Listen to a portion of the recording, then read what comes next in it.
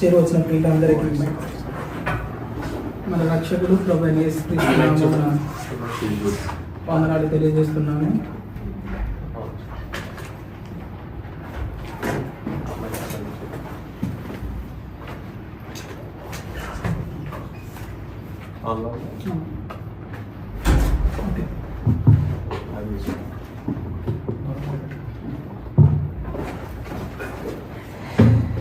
ప్రభుని స్తుతించడం ఎంత మంచిది, ఎంతో మంచిది. ప్రభువు ప్రేమిస్తున్నాడని ఎంతమంది గ్రహిస్తున్నాం? వ్యక్తిగతంగా నమ్ముతున్నారా? ఈ ఉదయకాలం నందు మీరు మీ పిల్లల్ని ప్రేమిస్తున్నారా? యేసుప్రభు వారు సువార్తలు ఇలా చెప్తారు, మీ తల వెంట్రుకలన్నీ నాకు తెలుసు. ఎప్పుడన్నా మీ పిల్లల తల వెంట్రుకల కోటి లెక్కెట్టారా? కానీ ప్రభు అంటున్నాడు, మీ యొక్క తల వెంట్రుకలన్నీ నాకు తెలుసు అంటాడు. అపోస్తలుడైన పౌలు అంటాడు ఏమనంటే, నన్ను ప్రేమించి నా కొరకు తన్ను తాను సమర్పించుకున్న యేసుక్రీస్తు అని. ప్రభు అందరినీ ప్రేమిస్తున్నాడు, కానీ నన్ను ప్రేమిస్తున్నాడని యోహాను ఎంచుకున్నాడు, అపోస్తలుడైన పౌలు ఎంచుకున్నాడు. యాకోబు అందరినీ ప్రేమించాడు, కానీ మిక్కిలి ఎవరిని ప్రేమించాడు? యేసుని ప్రేమించాడు. కాబట్టి దేవుడు మనల్ని ప్రేమిస్తున్నాడని ప్రతిదినం ఎంచుకోవాలా, లేదంటే అపవాది చేతులు మోసపోయే అవకాశం చాలా ఎక్కువగా ఉంటుంది. ఆరాధనలో ప్రవేశించడానికి ముందుగా పరిశుద్ధ గ్రంథమైనటువంటి దేవుని వాక్యంలోనే సమూయేలు మొదటి గ్రంథము 30వ అధ్యాయం 18-19 వచనం. సమూయేలు మొదటి గ్రంథం 30వ అధ్యాయం 18-19 వచనం. తీసిన వారు ఎవరైనా సరే క్లుప్తంగా స్పష్టంగా అందరికీ వినబడేటట్టు చదవండమ్మా. ఇలాగున దావీదు అమాలేకుని దోచుకుని పోయిన దానంతటిని తిరిగి తెచ్చుకున్నాడు. అలాగే ప్రకటన 4వ అధ్యాయం, అపోస్తలుడైన యోహాను గారు రచించిన ప్రకటన 4వ అధ్యాయం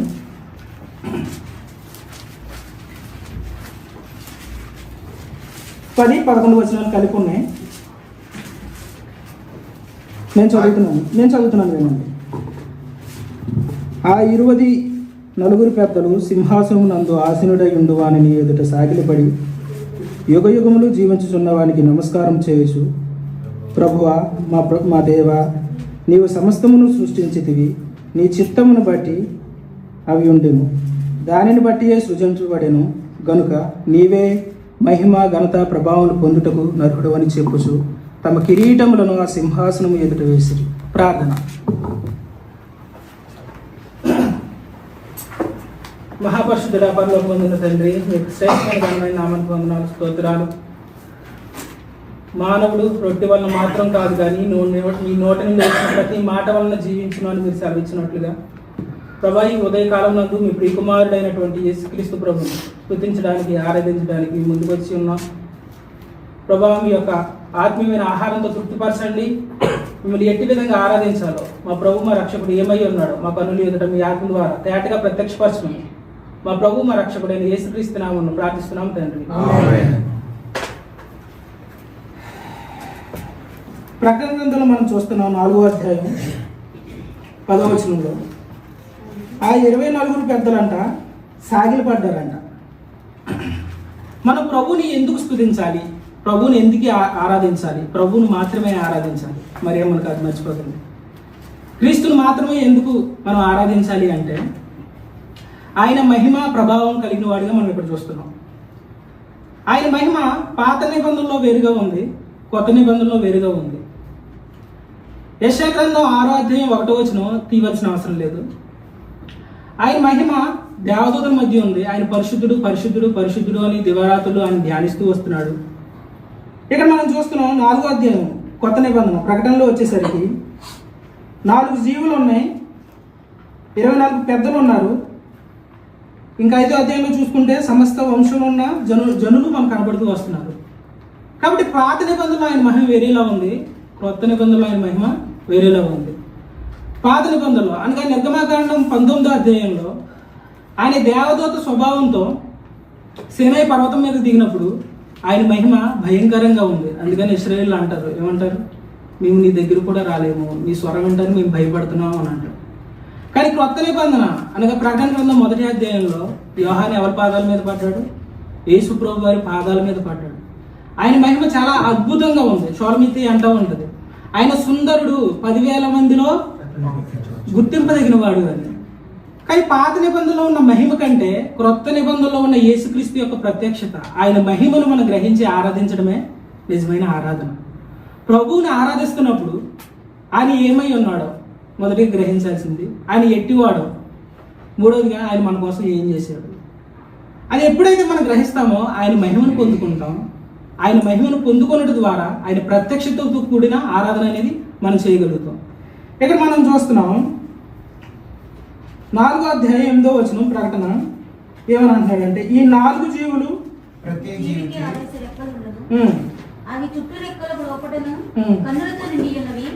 అవి భూత వర్తమాన భవిష్యత్తు కాలంలో ఉండు సర్వాధికారి దేవుడనగు ప్రభువు పరిశుద్ధుడు పరిశుద్ధుడు పరిశుద్ధుడు అని మానక రాత్రి చెప్పుచుండును. చాలమ్మా, ఇక్కడ అంటున్నాడు, ఇక్కడ ఏమని అంటున్నాడు యోహాను? ఆ యొక్క జీవులు ఏమంటున్నాయి అంట, నిరంతరం పరిశుద్ధుడు పరిశుద్ధుడు పరిశుద్ధుడు అని దేవుణ్ణి మానక దివారాత్రులు స్తుతిస్తున్నాయి అంట. ఇటువంటి మహిమ కలిగిన దేవుడు, ఆయనకి ఎంత మహిమ ఉంది? తిమోతి పత్రికలో చెప్పబడి ఉంది, సమీపింపరాని తేజస్సు అంట వచ్చాడు. కీర్తన గ్రంథం 19వ అధ్యాయం 1లో చెప్పబడి ఉంది, ఆకాశములు ఆయన మహిమను వివరిస్తున్నాయి అని అన్నాడు. అటువంటి మహిమ ముందు మనం నిలబడలేం. అది ఎటువంటి మహిమ? చూడండి, దినవృత్తాంతాలు 5వ అధ్యాయం 14వ వచనం.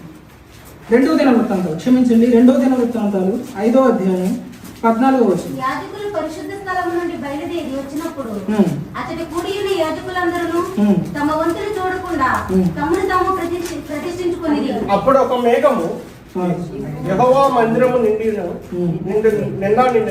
యెహోవా తేజస్సుతో దేవుని మందిరం నిండుకొనగా సేవ చేయుటకు యాజకులు ఆ మేఘం ఉన్న చోట నిలవలేకపోయి. చూడండి, ఇక్కడ చూస్తున్నాం, ఆ మందిరంలోకి మానవుడు ప్రవేశించలేకపోయాడు, అక్కడ నిలబడలేకపోయాడు అని చెప్తుంది లేదు. అంటే ఆయన అటువంటి మహిమ కలిగిన వ్యక్తి, అటువంటి మహిమ కలిగిన దేవుడు, ఆయన సర్వోన్నతుడు, సర్వాంతర్యామి, ఆయన మహోన్నతుడు. అటువంటి మహిమ కలిగిన దేవుడు ఏం చేస్తా వచ్చాడండి? మన కోసం ఈ లోకానికి దిగి వచ్చాడని దైవగ్రంథం చెప్తూ వస్తుంది. మరి మనం ఎలాంటి వారం? యోబు గ్రంథం 8:8 చూడండి, మనం ఎలాంటి వారం? యోబు గ్రంథం 8:8 ఇలా చెప్పబడి ఉంది. అక్కడ మనము నిన్నటి వారమే, మనకి ఏమీ తెలియదు, భూమి మీద మన దినములు నీడవలేని ఉన్నవి. మన రోజులు ఎట్లా ఉన్నాయంట? చాలా మంది అనుకుంటారు, భవిష్యత్తు గురించి ప్లాన్లు వేస్తారు. మంచిది కావడానికి లేదు. We have the hope in the future. మనకి భవిష్యత్తు మీద ఆశలు ఉండటంలో తప్పలేదు. రేపు దినాన్ని మనం ఇల్లు కట్టుకోవాలి, మంచి స్థలం కొనుక్కోవాలి, మంచిగా సెటిల్ అవ్వాలని. కానీ దేవుని వాక్యం ఇలా ఉంటుంది, మనం ఎలాంటి వారం అంటే దేవుని దృష్టిలో నిన్నటి వారమే, మనం గతించిన వారమే. కొత్త నిబంధనలో ఇలా రాయబడి ఉంది, మీరు ఆవిరి వంటి వారు, మీరు గడ్డి పువ్వు వంటి వారు అన్నట్లుగా లేఖనం చెప్తుంది. ఇటువంటి మానవుని కోసం, ఇటువంటి నీ కోసం, నా కోసం మరి ప్రభు ఏం చేస్తా వచ్చాడు? నిజంగా మనం అనుకుంటాం మనం కోల్పోయిన సమస్తం అనుకుంటాం, నిజమే మనమే కోల్పోయాం. నిజానికి దైవగ్రంథం ఇలా చెప్తుంది, ఏమనంటే దేవుడు మనల్ని కోల్పోయాడు. దావీదు ఎవరిని సంపాదించుకున్నాడండి? మనం ఇంత మొదటి వచ్చిన చదువుకున్నాం. కోల్పోయిన దాన్ని అంతా సంపాదించుకున్నాడు. దేవుడు ఒకప్పుడు మనల్ని కోల్పోయాడు. ఆయన కోల్పోయిన వాడు అయ్యుండి మన కోసం ఆయన వచ్చాడు. మనం ఎటువంటి వారం? లూకాసు వార్త 10వ అధ్యాయం, లూకాసు వార్త 10వ అధ్యాయం 30వ వచనం నుండి ఒక్కొక్క చరణం మనం ధ్యానిద్దాం. అందుకు యేసు ఇట్లా నేను, ఒక మనుషుడు యెరూషలేము నుండి యెరికో పట్టణముకు దిగి వెళ్ళుచు దొంగల చేతిలో చిక్కాడు. ఇక్కడ చూస్తున్నాం, ఒక మనుషుడు ఉన్నాడంట. ఆయన ఎక్కడి నుండి ఎక్కడికి వస్తున్నాడంట? యెరూషలేం పైన ఉంటుందా, ఎరుకో కింద ఉంటుంది? యెరూషలేం పైన ఉంటుంది. అవును. సో మానవుడు పరలోకం నుండి పడిపోయేవాడిగా ఉన్నాడు, మానవుడు దేవుని యొక్క మహిమ నుండి కోల్పోయేవాడిగా ఉన్నాడు. అక్కడి నుండి కిందకు వస్తున్నప్పుడు ఎవరి చేతుల్లో పడ్డాడు? దొంగల చేతుల్లో పడ్డాడు. యోహాను సువార్త 10:10 ఇలా చెప్పబడి ఉంది, దొంగ సంపాదించుకున్నటకు ఆశీర్వదించుటకు వచ్చును. అవునా? దేనికి వస్తాడు దొంగ? దోచుకున్నటకు, నాశనం చేయడానికి వస్తాడు. దావీదు యొక్క సమస్త జనులు ఎవరు దోచుకున్నారండి? అమాలేకులు దోచుకున్నారు కదా. న్యాయాధిపతుల్లో ఇశ్రాయేలీయులను, మిద్యానీయులను దోచుకున్నారు కదా. కాబట్టి దొంగ ఎప్పుడైనా సరే దోచుకున్నట్టుగా వచ్చేవాడిగా ఉన్నాడు. ఇక్కడ మనం చూస్తున్నాం ఈ మనుషుల్ని ఏం చేశారంట? ఆ దొంగలు దోచుకున్నారంట. మనము కూడా ఒకప్పుడు ఇటువంటి మనుషుల స్వభావం కలిగిన వారమే. మనల్ని కూడా మనం ఏం చేయబడ్డాం? దోచుకొని పడ్డాం. ఎవరా దొంగ? అపవాది అయి ఉంటున్నాడు. ఈ అపవాది అయి ఉంటున్నాడు. వీడు మనల్ని దోచుకుంటూ వచ్చినాడు. తర్వాత వచ్చిన చదవండి అమ్మా. వారు అతని బట్టలు దోచుకుని అతను కొట్టి కొర ప్రాణంతో విడిచిపోయాడు. ఇక్కడ మనం చూస్తున్నాం వాడు అక్కడితో వదలలేదు. ఏమేమి దోచుకున్నాడంట? బట్టలు దోచుకున్నాడంట. బట్టలు అంటే రక్షణ వస్త్రం, ఉల్లాస వస్త్రం, సంతోష వస్త్రం, నీతో అని పైబట్ట. మన యొక్క స్వాస్థ్యాన్ని వాడు దొంగిలించేవాడిగా ఉన్నాడు. మనం ఇటు విధంగా దోచుకోబడ్డాం. మనం నిజానికి ప్రభు సొత్తు, ప్రభుకు సంబంధించిన వారు. ప్రభు మనల్ని కోల్పోయాడు. అంత మాత్రమే కాదు, మళ్ళీ ఎవడు దోచుకున్నాడు? అపవాది దోచుకున్నాడు. ఇటు విధంగా ఉన్న మనల్ని మన యొద్దకు ఎవరు వచ్చారండి? అప్పుడే యాజకుడు ఆ త్రావను వెళ్ళుట తటస్థించాడు. అతడు అతన్ని చూచి ప్రక్కగా పోయాడు. అలాగే లేవీయుడు అక్కడ ఆ చోటుకు వచ్చి ప్రక్కగా పోయాడు. చూడండి, ఇక్కడ మనం చూస్తున్నాం. ఇక్కడ కొర ప్రాణంతో ఉన్నాడు. అంటే ఏంటి? వాడి శరీరంలో స్వస్థత ఉందా? స్వస్థత ఏమీ లేదు. వాడి శరీరంలో ఆరోగ్యం ఏమీ లేదు. యెషయా గ్రంథం 1వ అధ్యాయం 6వ వచనంలో ఇలా చెప్పబడి ఉంది, నడినెత్తిన వ్యాధి అని. ఒకసారి తీయండి సహాయకరంగా. యెషయా గ్రంథం. అరకాలు మొదలుకొని తల వరకు స్వస్థత కొంచెమైనను లేదు. ఎక్కడ చూసినను గాయములు, దెబ్బలు, పచ్చిపుండ్లు, అవి పిండబడలేదు, కట్టబడలేదు, తైలంతో మొత్తన చేయబడలేదు. చాలా ఇక్కడ మనం చూస్తున్నాం. ప్రతి వాడి నడివెత్తిన ఏముందంట? వ్యాధి కలిగిన వారు. అంటే మనం ఎవరం? మనం దోచుకోబడ్డాం. మన వస్త్రాలు దొంగిలించబడ్డాయి. అంత మాత్రమే కాదు, మన స్వస్థత లేని వారు. మన నడినెత్తిన వ్యాధి ఉంటే ఏమవుతుంది? ఇక్కడ చెప్తున్నాడు, ప్రతి వానికి ఉండే బలహీనమైంది అని. బలహీనమైన హృదయాలతో జీవిస్తూ ఉన్నవారు, అధికారి మొదలుకొని తల వరకు స్వస్థత లేని వారు. చాలా మంది అనుకుంటారు స్వస్థత అంటే యెహోవా రాఫా, అదే కదా అంటారు.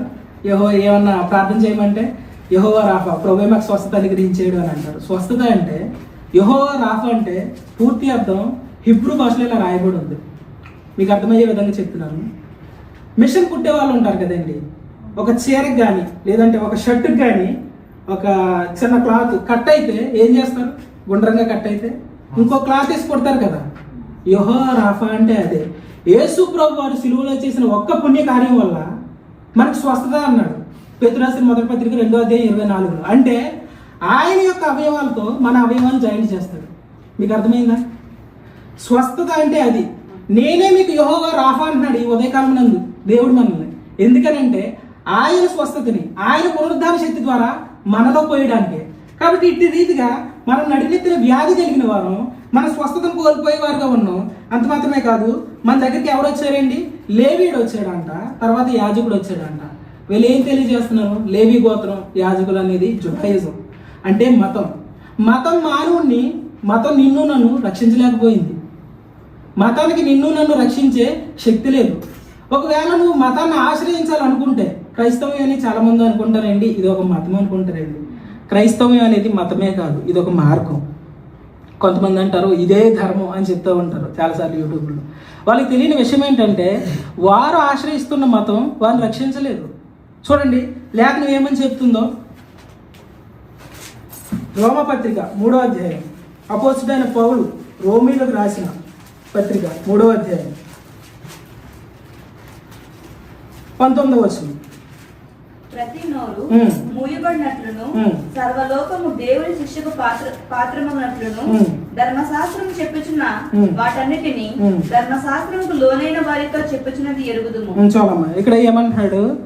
నువ్వు ఒకవేళ క్రీస్తును కాకుండా మతాన్ని అవలంబిస్తే, అంటే ధర్మశాస్త్రం అనగా పదాజ్ఞలను అనగా స్వనీతిని ఆశ్రయిస్తే, స్వనీతి ఏమంటుందంటే నువ్వు నోరు మీ ఫస్ట్ అంట. మీరు గాయాలతో ఉన్నారండి, మీరు ఎంతో వేదంతో ఉన్నారు. ఒక సహోదరుడి దగ్గరికి వచ్చి సహోదరుడు నాకు సహాయం చెయ్యి అన్నప్పుడు సహోదరుడు మమ్మల్ని తీసుకెళ్ళి జైలు కప్ చెప్తే మీకు ఎలా ఉంటుంది? ధర్మశాస్త్రం ఇక్కడ అదే చేస్తుంది. ధర్మశాస్త్రం అంటుంది ఇక్కడ ఏమని అంటుందంటే ప్రతి ఒక్క నోరు ముయ్యబడాల, ప్రతి ఓరు నోరు ముయ్యాల. రెండోది ధర్మశాస్త్రం ఏమని చెప్తుందో చూడండి, శిక్షావిధికి పాత్రుడు అని అంటుంది. నువ్వు ధర్మశాస్త్రాన్ని ఆశ్రయిస్తే ఏం చేస్తుంది? నువ్వు శిక్షకి పాత్రుడు అంటుంది. కాబట్టి నిన్ను నన్ను ధర్మశాస్త్రం రక్షించలేకపోయింది, ధర్మశాస్త్రం విమోచించలేకపోయింది. అంత మాత్రమే కాదు, ధర్మశాస్త్రం వల్ల ఏం తెలియబడుతుందండి? చూడండి, అదే అదే 20వ వచనం చదవండి. ఏలయనగా ఉమ్. ధర్మశాస్త్ర సంబంధమైన క్రియల మూలముగా ఉమ్. ఏ మనుష్యుడును ఉమ్. ఆ దృష్టికి నీతిమంతుడుగా తీర్చబడడు. ఉమ్. ధర్మశాస్త్రం వలన పాపమనగా ఉమ్. ఎట్టిదో తెలియబడుచున్నది. అర్థమైందమ్మా ఈ వచనం? ధర్మశాస్త్రం మానవుడిని నీతిమంతులుగా తీర్చలేకపోయింది. ధర్మశాస్త్రం మానవుడిని పరిపూర్ణంగా పరిశుద్ధంగా దేవుని ఎదుట నిలబెట్టలేకపోయింది. ఒకవేళ మానవుడు లేదా నువ్వు నేను ధర్మశాస్త్రం ముందుకు వెళ్తే మనలో ఉన్న లోపాలను చూపెడుతుంది. మీ భర్త మీలో ఉన్న లోపాలను చూపెడితే మీకు ఆనందంగా ఉంటుందా, బాధగా ఉంటుందా? ఈ ప్రశ్న అడగకూడదు ఈ సమయం. కాబట్టి ధర్మశాస్త్రం ముందు ఒక మనిషి అద్దం ముందు వెళ్ళినప్పుడు మనలో ఉన్న లోపాలను చూపెడుతుంది, కానీ అద్దం మనం బాగు చేయలేదు. అలాగని అన్నంత మాత్రాన్ని అద్దాన్ని పగలగొట్టడం న్యాయమా? కానే కాదు. ధర్మశాస్త్రం పరిశుద్ధమైనది, ధర్మశాస్త్రం నీతి కలది, న్యాయమైనది, సత్యమైనదే. కానీ నిన్ను నన్ను విమోచించడానికి దానికి శక్తి లేదు. అంత మాత్రమే కాదు, మనలో ఉన్న పాపాన్ని తెలియజేస్తుంది అంట. అది గలతీ పత్రిక 3వ అధ్యాయం 21 చెప్పబడి ఉంది. 22వ అధ్యాయంలో లేఖనం అందరినీ పాపంలో బంధించును అని. అది ధర్మశాస్త్రం ఏం చేస్తా వచ్చింది? నిన్ను నన్ను పాపంలో బంధించేదిగా ఉంటుంది. మనందరం ఏం చేస్తా వచ్చింది? శిక్షావిధికి పాత్రలు అని చెప్తా వచ్చింది. మనం ఇటు రీతిగా మొదటిగా మనం దోచుకొని పడ్డాం, మన వస్త్రాలు దోచుకొని పడ్డాయి, మన స్వస్థత దోచుకొని పడింది. మూడవదిగా మనం ధర్మశాస్త్రం కింద ఉంటూ వచ్చాం. ధర్మశాస్త్రం మనల్ని విమోచించలేకపోయింది. మరి ఎవరు విమోచించారు? చూడండి, యోహాను సువార్త 8వ అధ్యాయం. తొమ్మిదవ వచనం చదువు. యోహాను సువార్త. వారు ఆ మాట విని ఉమ్. పెద్దవారు మొదలుకొని ఉమ్. చిన్నవారి వరకు ఉమ్. ఒకరి వెంట ఒకడు బయటికి వెళ్ళేది. ఉమ్. యేసు ఒక్కడే మిగిలేను. ఉమ్. ఆ స్త్రీ మధ్యన నిలవబడి ఉండేను. ఉమ్. యేసు తల ఎత్తి చూచి, ఉమ్. అమ్మా, వారెక్కడ ఉన్నారు? ఎవరినో నీకు శిక్ష విధింపలేదా అని అడిగినప్పుడు ఉమ్. ఆమె లేదు ప్రభువా అనేను. ఉమ్. అందుకు యేసు, నేనును నీకు శిక్ష విధింపను, ఉమ్. నీవు వెళ్ళి ఇకను పాపం చేయకమని ఆమెతో చెప్పాను. చాలమ్మా, ఇక్కడ మనం చూస్తున్నాం ప్రభువైన యేసుక్రీస్తు వారు దేవాలయంలో ఉదయాన్నే ఆయన బోధిస్తున్న సందర్భంలో శాస్త్రులు పరిసయ్యులు తమ చేతిలో ఉన్న ధర్మశాస్త్రపు చుట్టను పట్టుకొని ఇక్కడికి వచ్చారు. ఇక్కడికి వస్తా ఒక స్త్రీని తీసుకొచ్చారు. నాకు డౌట్, ఇక్కడ స్త్రీనే తీసుకొచ్చారు, మరి ఆయన ఎక్కడ ఉన్నాడో తెలియదు. మరి ఆ స్త్రీని తీసుకొచ్చి ప్రభు ముందు నిలవబెట్టి, బోధకుడా, ఈమె ధర్మశాస్త్రానికి వ్యతిరేకంగా పాపం చేసింది. ధర్మశాస్త్రం ఏం చెప్తుంది? రాళ్లతో కొట్టి చంపాలా? మరి నువ్వేం చెప్తావు? నువ్వు కృప అంటావు కదా, నువ్వు కనికరిస్తానంటావు కదా, నువ్వు ప్రేమిస్తానంటావు కదా, మరి ధర్మశాస్త్రం ఎలా చెప్తుంది అని ఆయన పట్టుకోవాలని చూశారు. ఒకవేళ యేసు ప్రభు అవును ధర్మశాస్త్రం చెప్పినట్టు చంపేండి అని అన్నాడు అనుకో, ఆయన ప్రేమమేడు అవుతాడా? కాదు. ఒకవేళ ఆయన ఆ స్త్రీని ప్రేమిస్తున్నాడు కాబట్టి ధర్మశాస్త్రమే వద్దు అని అన్నాడు అనుకో, ధర్మశాస్త్రాన్ని నిందించిన వాడు అవుతాడు. అప్పుడు ఏం చెప్పాడు దేవుడు? చూడండి ఏమన్నాడు? మీలో వారెక్కడ ఉన్నారు? ఒక్క నిమిషం. వారు ఆయన పట్టుకొని వదలకు అడుగుచుండగా ఉమ్. ఆయన కన్నులెత్తి చూచి, మీలో పాపము లేని వాడు మొదట ఆమె మీద రాయి వేయవచ్చునని వారితో చెప్పి ఈయన ఒక స్టేట్మెంట్ రిలీజ్ చేశాడు. అప్పుడు సరే, ధర్మశాస్త్రం కింద ఉన్నారు కదా మీరు, ఆ ధర్మశాస్త్రం కింద ఉన్న స్త్రీని తీసుకొచ్చారు కదా, మరి అలాగైతే మీలో ఎవరైతే పాపం చేయలేదో లేదా మీలో ఎవరైతే పాపం లేదో వాడు ముందు ఆ స్త్రీ మీద రాయేయండి అని. కానీ కింద రాయబడి ఉంది, మనస్సాక్షి చేత గద్దెంపబడిన వారే ప్రతి ఒక్కరూ ఏం చేశారంట? వెలుపలికి వెళ్ళిపోయారంట. వాళ్ళకి ఆమెను శిక్షించడానికి అధికారం లేదు, కానీ శిక్షించడానికి వచ్చారు. కానీ ప్రభుకి శిక్షించడానికి అధికారం ఉంది, కానీ శిక్షించడం. అర్థమవుతుందా మీకు? ఆయనకు మనపై శిక్షించడానికి అధికారం ఉంది, కానీ ఆయన శిక్షించడం. ధర్మశాస్త్రానికి మనల్ని శిక్షించే అధికారం లేదు, మన మీద నేరం మోపే అధికారం ఉంది, కానీ శిక్షించలేదు. ఆయన అంటున్నాడు, ఏమని అంటున్నాడు? 11వ వచనం. ఆమె లేదు ప్రభువా నేను. అందుకు యేసు, నేను నీకు శిక్ష విధింపను. ఇప్పుడు దేవుడు అంటున్నాడు ఏమనంటే, నేను నీకు శిక్ష విధింపను. రోమపత్రిక 8:1 ఇలా రాయబడి ఉంది, కాబట్టి క్రీస్తు యేసునందు ఉన్న వారికి ఏ శిక్ష విధి లేదు. కాబట్టి క్రీస్తు యేసునందు ఉన్న వారికి ఏం లేదంట? ఏ శిక్ష విధి లేదంట. మనం ధర్మశాస్త్రం మనల్ని విడిపింపలేకపోయింది, కానీ క్రీస్తు ఏం చేస్తా వచ్చాడు? విమోచిస్తూ వచ్చాడు. రండి, లోకాసు వార్త 10వ అధ్యాయం. సమరయుని దగ్గరికి వెళ్దాం. మన మంచి సమరయుడు, మన న్యాయమైన సమరయుడు, మమ్మల్ని ఎంతగానో ప్రేమిస్తున్న సమరయుడిని ధ్యానిద్దాం. 33వ వచనం. అయితే ఉమ్. ఒక సమరయుడు ప్రయాణమైపోవచ్చు. ఉమ్. అతడు పడిన చోటుకు వచ్చి ఉమ్. అతన్ని చూచి ఉమ్. అతని మీద జాలిపడి ఉమ్. దగ్గరకు పోయి ఉమ్. నూనెయు ద్రాక్షరసము పోసి ఉమ్. అతని గాయములను కట్టి ఉమ్. తన వాహనం మీద ఎక్కించి ఉమ్. ఒక పూటకోళ్ళ వాని ఇంటికి తీసుకుని పోయి ఉమ్. అతన్ని పరామర్శించెను. చాలమ్మా, ఇక్కడ మనం చూస్తున్నాం ఇటువంటి రోగ స్థితిలో ఉన్న వ్యక్తిని, ఇలా దోచుకొని పడిన నిన్ను నన్ను, ఎవరు లెక్క చేయలేని నిన్ను నన్ను చాలాసార్లు మనుషుల వైపు చూస్తాం మన కళ్ళేపు. ఎవరన్నా నన్ను ఫోన్ చేసి ఆదరిస్తే బాను, కొన్ని మంచి మాటలు చెప్తే బాను, నా హృదయం తెప్పరెళ్ళే విధంగా నా హృదయాన్ని బాగు చేస్తే బాను అనుకుంటూ ఉంటాం. నిజానికి ఏ మానవుడు మన హృదయాన్ని ఆదరించలేడండి. ఒక్క యేసు ప్రభు మాత్రమే ఆదరించగలడు. చాలాసార్లు మన చూపు మనుషుల మీదే ఉంటుంది. ఇక్కడ ఈ యొక్క మనుషుడు తన చూపు ఎవరైనా నన్ను కాపాడుతారా, ఎవరైనా నన్ను రక్షిస్తాడా, అరే లేవీడంట యాజకత్వం చేస్తున్నవాడంట, అతి పరిశుద్ధ స్థలంలోనున్న పవిత్రమైనవి పూజిస్తూ ఉంటాడంట, ఆయన ఎంతో పరిశుద్ధుడు, ఆయన వస్తున్నాడు కాబట్టి నన్ను ఏమైనా కాపాడుతాడేమో అనుకుంటూ వచ్చాడు. అదిగో ఆ యొక్క ఇజ్రాయేలీయుడు అంట చాలా అద్భుతమైన వాడు, ఖచ్చితంగా పరదేశకు సాయం చేస్తాడు, ఆయన ఏమైనా నన్ను రక్షిస్తాడేమో, నేను కొనుగుపుతో పోయేలా ఉన్నాను అనుకుంటూ వస్తున్నాడు ఆ మనుషుడు. కానీ వాళ్ళు ఎవ్వరూ కూడాను ఏం చేయలేకపోయారు, ఆ మనుషుల్ని కాపాడలేకపోయారు, ఆ మనుషుల్ని రక్షించలేకపోయారు, ఆ మనుషుల్ని స్వస్థపరచలేకపోయారు. కానీ ఒక సమరయుడు వచ్చాడు. నిజానికి ఇశ్రాయేలీయులకి సమరయులు అంటే హేయస్తులు. చాలామంది అనుకుంటారు ఇశ్రాయేలు యూదులు ఈ సమరయులు ఏంటి అని. ఇశ్రాయేలీయులు కానీ ప్రతి ఒక్కరు కూడా అన్యులే వాళ్ళ దృష్టిలో. మనం కూడా వాళ్ళ దృష్టిలో ఎటువంటి వారు అన్యులమే. కానీ దేవుడు ఎంత గొప్పవాడు చూడండి. ఆయన ప్రణాళిక, ఆయన జ్ఞానం ఆలోచన చేస్తున్నప్పుడు చాలా అద్భుతం అనిపిస్తుంది. వాళ్ళు ఎంతో ద్వేషించేవారు మనల్ని, అటువంటి వారితో మనల్ని ఒకే తాడి మీదకి అంటే సమానస్తులుగా చేశాడు యేసుక్రీస్తు యొక్క చేసిన నిబంధన ద్వారా. ఇక్కడ చూస్తున్నాం మనం, ఆ సమరయుడు 5 పనులు చేశాడు ఈ మనుషుని యొక్క జీవితంలో. ఈ మనుషుని యొక్క ఏం చేశాడు? మొదటిగా అతడు పడి ఉన్న చోటికి అతని దగ్గరికే వచ్చాడు. దేవుడే మన దగ్గరికి వచ్చాడు, మనం దేవుని దగ్గరికి వెళ్ళాలి. చాలాసార్లు అనుకుంటాం మనం ఎత్తైన కొండకి వెళ్ళాలి. చాలామంది కొన్ని కొండలోనే మన ఊర్లోని ఆ కొండల దగ్గరికి ఏం చేస్తారు వాళ్ళు? ఆ కొండలు ఎక్కి తమ తలనీలాలు అర్పిస్తే పుణ్యం వస్తుంది అనుకుంటూ ఉంటారు. కానీ మన దేవుడు ఏం చేశాడు? మన కోసం ఆ ఎత్తైన కొండ, ఆ తేజో సంబంధమైన మహిమను విడిచి మన కోసం వచ్చాడు, పడి ఉన్న మన దగ్గరికి వచ్చాడు. ఫస్ట్ ఏం చేశాడు? నిన్ను చూశాడు. ఇలా వ్యక్తిగతంగా చెప్పుకోండి, ఆయన నన్ను చూసి ఏం చేశాడంట? జాలి పడ్డాడు. మన గతంలో కూడా జ్ఞాపకం చేసుకున్నాం. ఆయన జాలి చూపే దేవుడు, జాలి పడ్డాడు. తర్వాత ఏం చేశాడు? దగ్గరికి వచ్చాడు. మూడోదిగా ఏం చేశాడు? నూనె ద్రాక్షరసం. నూనె ద్రాక్షరసం అంటే ఏంటో తెలుసా? ఎందుకు సమరయుడు నూనె ద్రాక్షరసమే పోసాడు అక్కడ? తన హాస్పిటల్ తీసుకెళ్ళొచ్చు కదా ఆ సమయంలో. ఎందుకనంటే వ్యక్తిగతంగా ఆయన నీ కొరకు నా కొరకు బల్లని సిద్ధం చేశాడు. నూనె ద్రాక్షరసాన్ని పాడు చేయకుడి అని లేఖనం చెప్తుంది. చూడండి ప్రకటన గ్రంథం 6వ అధ్యాయం, అపోస్తుడైన యోహాను రాసిన ప్రకటన గ్రంథం 6వ అధ్యాయం 6వ వచనం.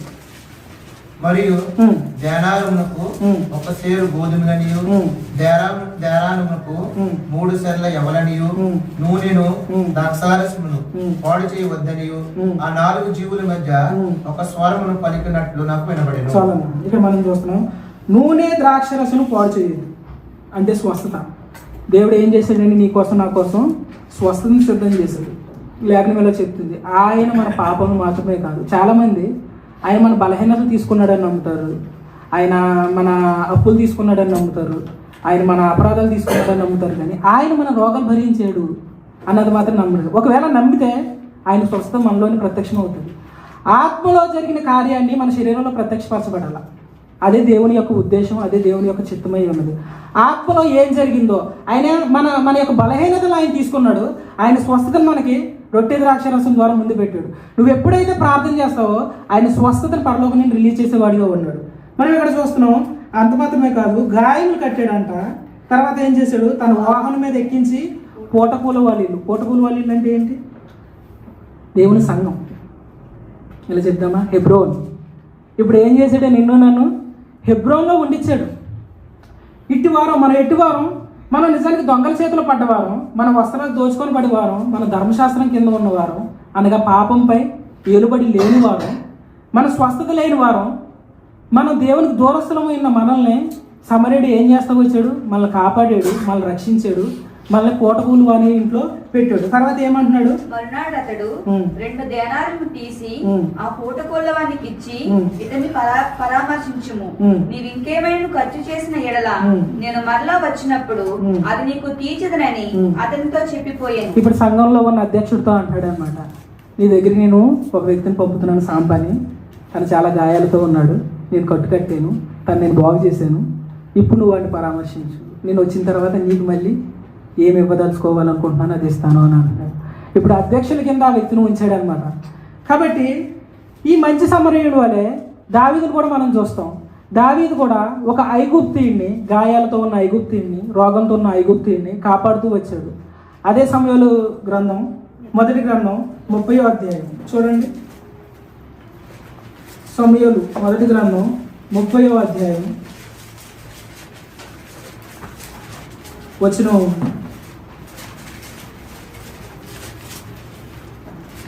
11. దావీదు నీవు పొదములో ఒక ఐగుప్తీయుడు కనబడెను.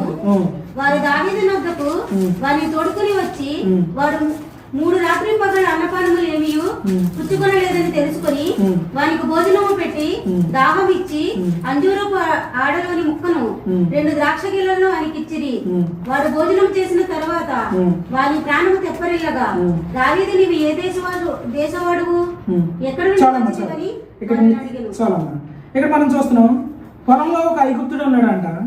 ఈ ఐగుప్తుడు ఎలా ఉన్నాడంట? రోగంతో ఉన్నాడంట. 3 దినముల నుండి ఎంతో రోగంతో ఉన్నాడు. వాడి యజమాని అమాలేకీయుడు.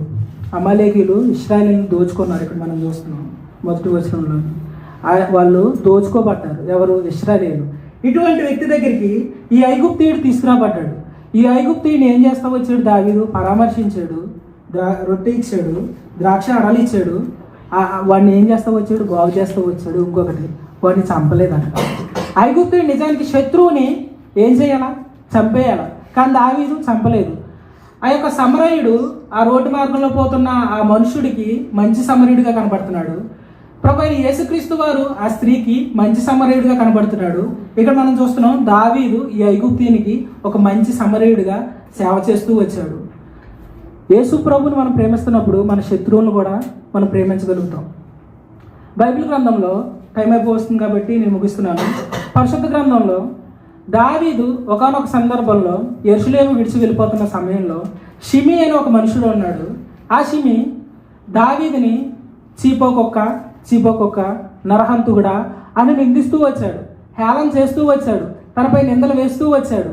అటువంటి షిమి 19వ అధ్యాయం, దేవుడు సమూయేలు 2వ అధ్యాయం తీయండి ఒకసారి. సమూయేలు 2వ అధ్యాయం, సమూయేలు 2వ గ్రంథం, క్షమించండి, సమూయేలు 2వ గ్రంథం 19వ అధ్యాయం 23వ వచనం, 22 నుంచి చదవండి. దావీదు, సెరుయా కుమారులారా, మీకును నాకును ఏమి పొందు?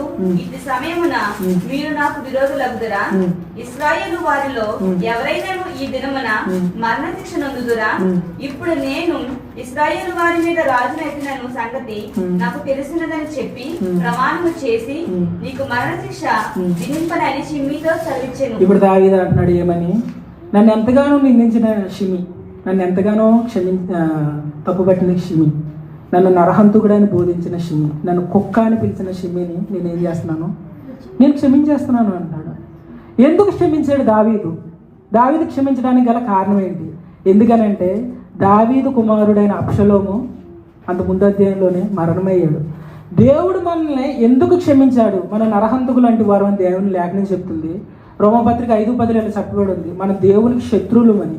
ఇటువంటి శత్రుత్వం కలిగిన మనల్ని దేవుడు ఎందుకు క్షమించాడంటే తన ప్రియకుమారుడైన యేసుప్రభువు వారు సిలువలో అర్పింపబడదు ద్వారా, మరియమ్మ ద్వారా కాదండి, దేని ద్వారా? కుమారుడు అర్పణ ద్వారా ఆయన మనల్ని క్షమిస్తూ వచ్చాడు. దేవుడు తన కుమారుడిని ఎంతగా ప్రేమించాడు అన్నది లేఖనాల్లో అనేక పలుమార్లు మనం చూస్తూ ఉంటాం. కానీ ఈ యొక్క దావీదు అబ్షలోము విషయంలో దేవుడు చాలా స్పష్టంగా రాసినట్లు మనం గమనిస్తూ వస్తాం. దేవుడు ఎంత విధంగా ప్రేమించాడంటే, సమూయేలు ఎలాంటోడండి? ఎంతో సుందరవంతుడు అంట. ఆయన ఎంతో రూపవంతుడు. యేసుప్రభు వారు ఎలాంటోడు? ఆయన సుందరవంతుడు. ఆయన 10,000 మందిలో కూడా గుర్తింపదగిన వరుడు. ఆయన రవలవర్ణుడు, ధవలవర్ణుడు అని దేవుని లేఖనం చెబుతుంది. ఎప్పుడైతే ఈ అబ్షలోము మరణించాడో దేవుడు దావీదు అంటున్నాడు, నేను ఇంకా షిమి యొక్క పాపని నేను జ్ఞాపకం చేసుకోను అని అంటున్నాడు. యేసు ప్రభువు వారు సిలువలో మరణించినప్పుడు దేవుడు ఎంతో వేదన అనిపిస్తూ వచ్చినాడు. చూడండి, అదే సమయంలో 2వ గ్రంథం, అదే సమయంలో 2వ గ్రంథం 18వ అధ్యాయం 33వ వచనం.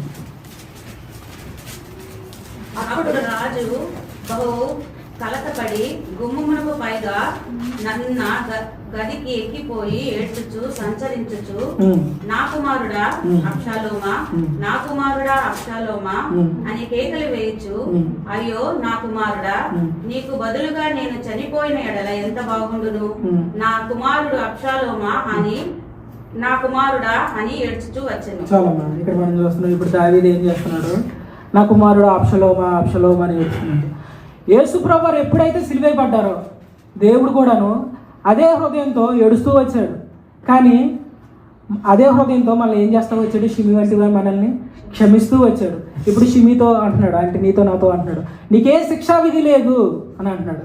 ఆ స్త్రీతో అంటున్నాడు యేసు ప్రభువు వారు, నీకే శిక్షా విధి లేదమ్మా, నువ్వు ఇంకెళ్ళి పాపం చేయొద్దు అని అన్నాడు. ఇప్పుడు క్రీస్తు యేసునందు ఉన్న మనకి ఏ శిక్షా విధి లేదు. ఎందుకంటే దేవుడు మన పాపములను మన మీద మోపక తన ప్రియకుమారుడైన యేసుక్రీస్తు మోపి ఆయన నీతిని మనకి ఇచ్చాడు.